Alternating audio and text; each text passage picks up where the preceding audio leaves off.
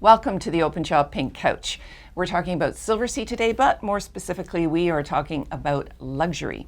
Joe, I had someone on the couch the other day who said that luxury is defined by the consumer, not by the supplier. And you as Silversea, do you agree with that? And also, how does the travel agent choose what's luxury for their particular client? It's a great question. Yes, I do agree with that. And I think that luxury is in the details, and it's up to the customer to define what's most important for them and what it is that they expect out of this experience. But when you talk about a luxury product, there are certain staples and certain pillars that a luxury brand operates in the travel industry, one being smaller ships, lower passenger capacities, also larger suites, and of course, renowned service and food, large areas, so big space ratios per passenger on what is relatively small tonnage in terms of ships, but they feel much larger than they are because they carry fewer passengers.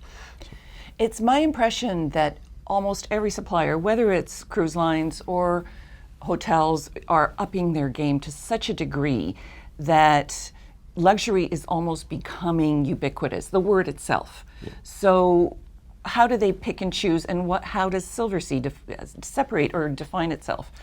Well, I think the most important thing that we can all do is make sure that we qualify our customers and understand what they need out of this purchase. There are very specific ideas and pictures that they have about how they want to experience this vacation and holiday. And it's up to us to make sure that we're asking the right questions so then we can fit them with the right product. Because many of us have similarities, like I said, those pillars of what is a luxury brand. But there are also some very big differences between some of us. And it's important that we ask our customers what's most important to them. Once we identify that, it becomes much easier to find the luxury product that's right for them. Okay, how would I know if Silversea's right for me? Oh, well, we're going to have a sidebar conversation on that later.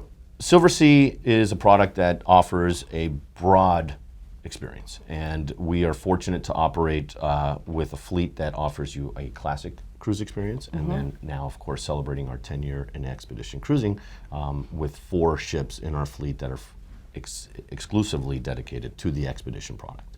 So I think that when speaking to customers about the destination immersion and what it is that they expect from this holiday, you'll find that there's an option to fit that need within the Silversea brand. Expedition, to me, is a huge potential, I would imagine, for travel agents because it's, of course, people have been there, done that. They want to try something different. And I think of myself as if I'm going to be in a part of the world where perhaps there isn't that much luxury. I love the idea of being on Silversea, of course. But I want to ask you, does it make people uncomfortable that potentially they're drinking champagne while they're watching polar bears? Is the contrast too much, or how do you make it all seamless? Thank you for asking that question, because it's one of the things that my colleagues and myself struggle with is overcoming that objection, because customers feel that because we operate in a luxury platform, we're somehow offering a watered down expedition or adventure travel experience. Oh, interesting. And when in fact that's not the case. This is a very authentic expedition experience. We do the grueling adventure travel. Obviously, we have tours that cater to different types of groups, mobility and age and that sort of thing. We do a great job on board of splitting them up, but we have all of the scientists and naturalists and geologists on board that you would find on the other adventure travel companies. Okay. The luxury platform and the comfort starts when you get back to your suites, when you get back to the ships. And I always say, imagine a day in Antarctica and you've had this long day of touring and hiking and you've had these wonderful experiences with wildlife up and close. And you're on your balcony and there's a knock at the door at 5 o'clock and here's your butler with the afternoon's hors d'oeuvres and champagne, and you have an opportunity with your spouse and friends to talk about the day's adventures and look forward to tomorrow's as well. So it's a great way to experience. I'm not sure I would like that one bit. Love that. No, of course, that brings it home. Absolutely, I hear you. Yeah. Okay, news at Silversea. News at Silversea. Great. Well, it's our 10-year in expedition travel.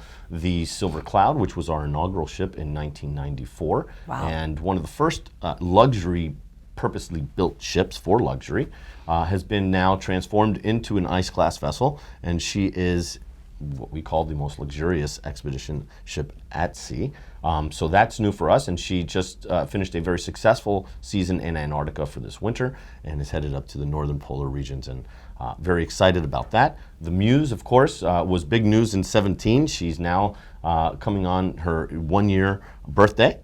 And we have just announced at the end of last year that the Silver Moon will be joining the fleet as our 10th ship in, Wow. in 2020. Big fleet, Yes, the largest luxury fleet. small ships can Yes. go to a lot of places. That's right. So, okay. Well, we look forward to hearing about how the expedition ships fare in the near future and whether the agents are embracing this new opportunity. Thanks so much, Joe. Thank you.